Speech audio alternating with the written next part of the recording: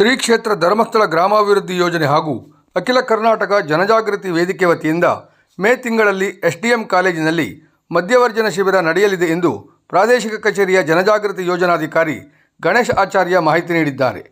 ಹೊನ್ನಾವರ ಪಟ್ಟಣದ ಎಸ್ಡಿಎಂ ಕಾಲೇಜಿನಲ್ಲಿ ನಡೆದ ಪ್ರಥಮ ಪೂರ್ವಭಾವಿ ಸಮಿತಿ ಸಭೆಯಲ್ಲಿ ಮದ್ಯವರ್ಜನ ಶಿಬಿರದ ವಿವಿಧ ಸಮಿತಿಯನ್ನು ರಚಿಸಲಾಯಿತು. ನಂತರ ಮಾತನಾಡಿದ ಅವರು, 40 ವರ್ಷದ ಹಿಂದೆ ರಚಿಸಿದ ಗ್ರಾಮಾಭಿವೃದ್ಧಿ ಯೋಜನೆಯ ಸಂಘಟನೆಯು ಇಂದು ರಾಜ್ಯದ ಎಲ್ಲ ಜಿಲ್ಲೆ ಹಾಗೂ ನೆರೆಯ ಕೇರಳದ ಕಾಸರಗೋಡುವರೆಗೂ ವ್ಯಾಪಿಸಿದೆ. ಕೇವಲ ಸಾಲ ನೀಡಿ ಮರುಪಾವತಿಗೆ ಮಾತ್ರ ಸೀಮಿತವಾಗಿರದೆ ಶೈಕ್ಷಣಿಕವಾಗಿ, ಕೃಷಿಗೆ, ಸ್ವಉದ್ಯೋಗ, ಸಮುದಾಯ ಅಭಿವೃದ್ಧಿ ಸೇರಿದಂತೆ ವಿವಿಧ ವಿಭಾಗದಲ್ಲಿ ಕೊಡುಗೆ ನೀಡುತ್ತಾ ಬಂದಿದೆ. ಕಳೆದ 32 ವರ್ಷದಿಂದ ಮದ್ಯವರ್ಜನ ಶಿಬಿರ ಆಯೋಜಿಸುತ್ತಾ ಬಂದಿದ್ದು, ಇದುವರೆಗೂ ಸರಿಸುಮಾರು 1550 ಮದ್ಯವರ್ಜನ ಶಿಬಿರದ ಮೂಲಕ 1.5 ಲಕ್ಷ ಜನರು ನವಜೀವನ ನಡೆಸುತ್ತಿದ್ದಾರೆ.